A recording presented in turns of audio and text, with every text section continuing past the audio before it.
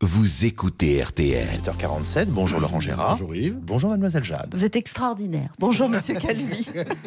Suite à la vitesse, voilà, vous m'avez troublé.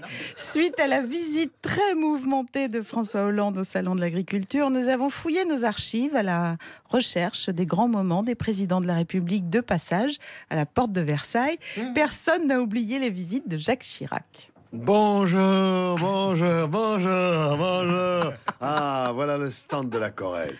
Bonjour les Corréziens. Bonjour les Corréziennes, ça va? Ah, mais il est beau ce taureau, il est tout plissé de partout, avec plein de poils dans les oreilles. On dirait Philippe Séguin, hein? Quel âge il a, madame? Il a 7 ans, Monsieur le Président Chirac. Dites, elle est pas là, votre dame? Parce que j'avais un conseil, comme qui dirait, à lui demander, rapport à sa coiffure, qu'elle est toujours impeccable, même quand il pleut, comme vache qui pisse. Un babilis? Oh, c'est bien possible. Il faudra que je pense à lui demander. Bon, c'est pas tout ça, mais ça fait au moins 10 minutes que j'ai rien boulotté, moi.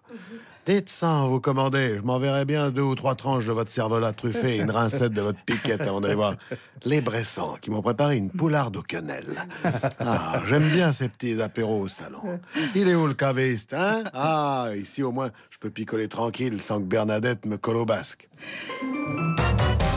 Un autre président laissa un souvenir impérissable de son passage au Salon de l'Agriculture. Souvenez-vous de la visite de Nicolas Sarkozy en 2008. Ben voilà, il est 10h. Je me suis déjà enfilé du fromage de tête, du fromage de chèvre, du fromage de vache, du fromage de taureau. Non, moi, je sais pas si j'ai bien fait de venir au salon avec ma Carlita. Avec ce qu'on va me faire bouffer ici, elle va me mettre au régime sans chouquette pendant 3 mois. Attention, poussez pas, hein, marchez pas trop. Ah, mais marchez pas trop sur les pieds non plus. J'ai ciré mes talonnettes moi-même. Bonjour madame, comment que ça va? Ça pousse bien ces courges? Ah bon? C'est des pastèques bio? Oh, oui. Ça m'étonne pas, hein. Le bio c'est comme les écologistes, vert dehors et rouge dedans, hein. Ah bah tiens, lui là-bas il a pas l'air commode. Je vais lui dire bonjour quand même. Bonjour monsieur, comment ça va? Ah, touche-moi pas, tu me salis. Ah bon? Bon alors casse-toi, pauvre con. En 1977, le président Valéry Giscard d'Estaing se rendait à son tour au Salon de l'Agriculture où l'attendait pour l'interviewer Daniel Gilbert dans son émission Midi Première.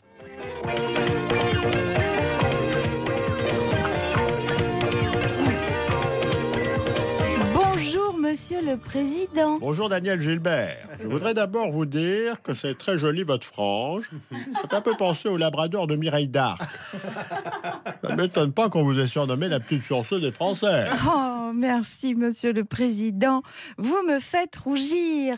Mais revenons à l'agriculture. En 1976, la production agricole a été déficitaire. Effectivement, cher Daniel Gilbert, en 1976, la France, après le choc pétrolier, a souffert de la sécheresse, tout comme Anémone d'ailleurs, qui fut pour moi un grand malheur. Mais l'agriculture aborde 1977 avec un bon degré de préparation technique culturelle, un beau cheptel et un serpent monétaire qui ne se mord plus la queue. Alors, le grand problème, quel est-il? Eh bien, je vous ai apporté un schéma. Le problème, ce sont les marchés tiers. On vous écouterait des heures, Monsieur le Président. Mais pouvez-vous nous dire sur quel stand vous allez vous rendre plus particulièrement? Ma chère Daniel Gilbert, je vais bien sûr aller saluer mes compatriotes sortant de l'Auvergne où je compte bien me régaler d'un savoureux tripot. Est-ce quel tripot, Daniel Gilbert? Bien sûr, Monsieur le Président. Menteuse, je vais vous dire moi ce que c'est que le tripot. Ça se prépare avec de la tripe de veau coupée en morceaux. La bonne tripe, c'est ça, il faut qu'elle sente un peu le caca, mais pas trop. La tripe garnie de petits morceaux de panse, tout ça roulé dans une pancette de mouton attachée avec du boyau fin ou une ficelle. Effectivement, ça a l'air délicieux, Monsieur le Président. Mais je vois que vous avez apporté votre accordéon. Oui, écoutez, pas de salon sans mon accordéon. Écoutez ça.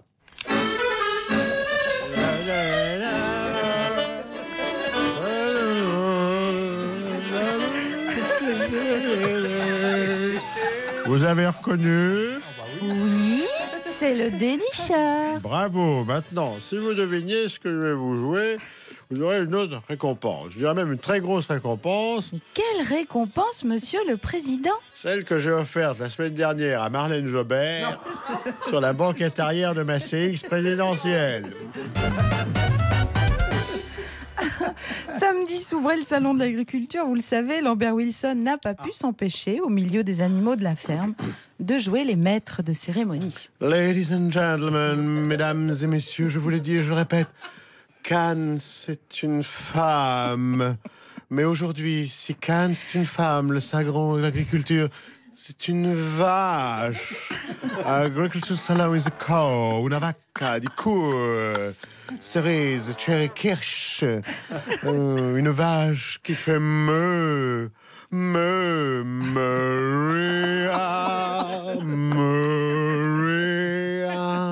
Je déclare donc ouvert à découvert de l'agriculture salon, le 53e salon de l'agriculture internationale.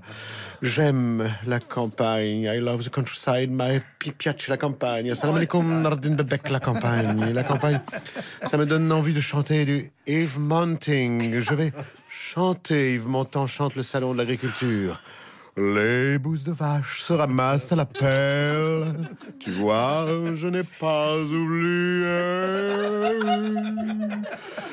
Et puis, chanson pour la vache Blanchette. Quand on partait le bon matin, quand on partait sur les chemins, à bicyclette. Et puis Blanchette. On était tous amoureux d'elle, on lui tripotait les mamelles. Ah, la Blanchette. Après l'annulation de plusieurs de ses concerts à Bercy, Michel Polnareff a été invité pour une émission spéciale dans Du côté de chez Dave.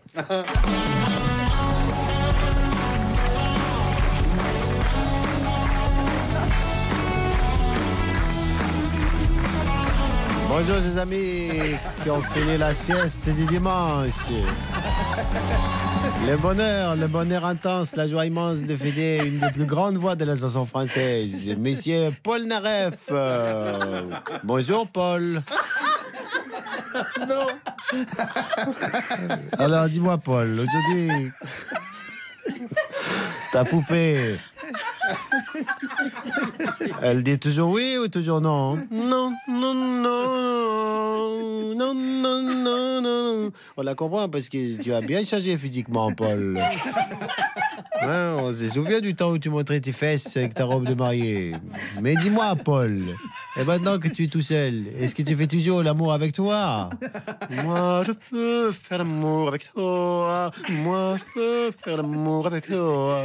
Merci pour ta proposition, Paul. Mais on verra ça plus tard de l'autre côté de chez Dev. Love me, please love me. Je suis fou de vous. Je t'ai dit de pas insister, Paul. En tout cas, tu croyais bourrer Bercy et maintenant tu ne vois plus personne, même du côté de chez Dev.